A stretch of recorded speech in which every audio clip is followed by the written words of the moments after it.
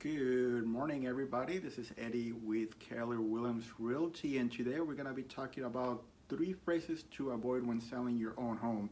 So, my job as a real estate professional is to know all of the homes that are for sale in the market, and sometimes that includes homes that are listed by owners or for sale by owners, as we like to call them in the industry.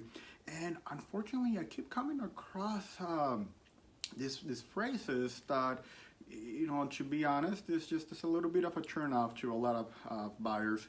So I want to help you guys by giving you guys or letting you guys what to avoid, and maybe give you guys a little tip on how to better phrase those things. So the first one that I usually come across is, and this comes in different forms, but more than often I see new this, new this, new this, new this, and or it could be just a list of things. Laundry, closets, garage, and we have to keep in mind we're not selling a car, we're not selling features of the home, we're selling the home in its entirety. And when somebody buys a house, it's usually a very emotional purchase, and by doing this, we're not creating that emotion that we need to attract those buyers that are gonna pay top dollar for the house. Number 2, which usually comes right after I see a list of features on the home, is "and so much more." When I see this, when buyers see this, the first thing is, "and what else?" Right? And is there something that they're hiding from the house? Is it something they don't want me to know? Or we just lose interest? Because if we did get excited about a couple of these things right here and so much more, let's be honest, most of us are lazy. We want to know now. We're not going to take the time to call and say, "Hey, what else is on the house?" So don't say that. Number 3 is, and this is probably my favorite one, and I sometimes see some of my professional colleagues do it, is saying, "This one won't last." Again, we're not selling a car. We don't want to tell people that this one won't last.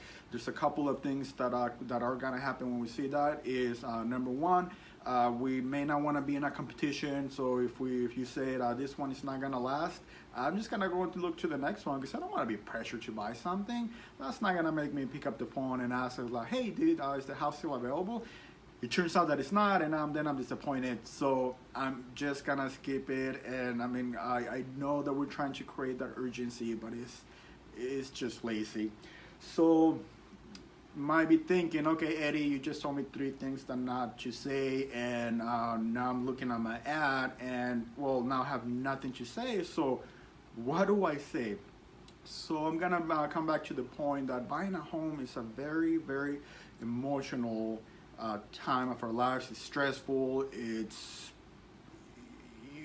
takes a long time. So what we want to do in order to bring those buyers again that are going to pay top dollar for the house is we want to create that emotion with words, and the way we do that is by painting a picture with words. So describe the house.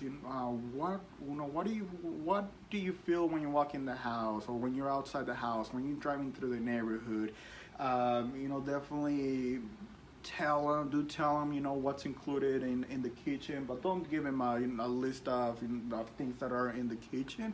Tell them that it was this kitchen, it was recently remodeled with a lot of care, and matching cabinets with appliances.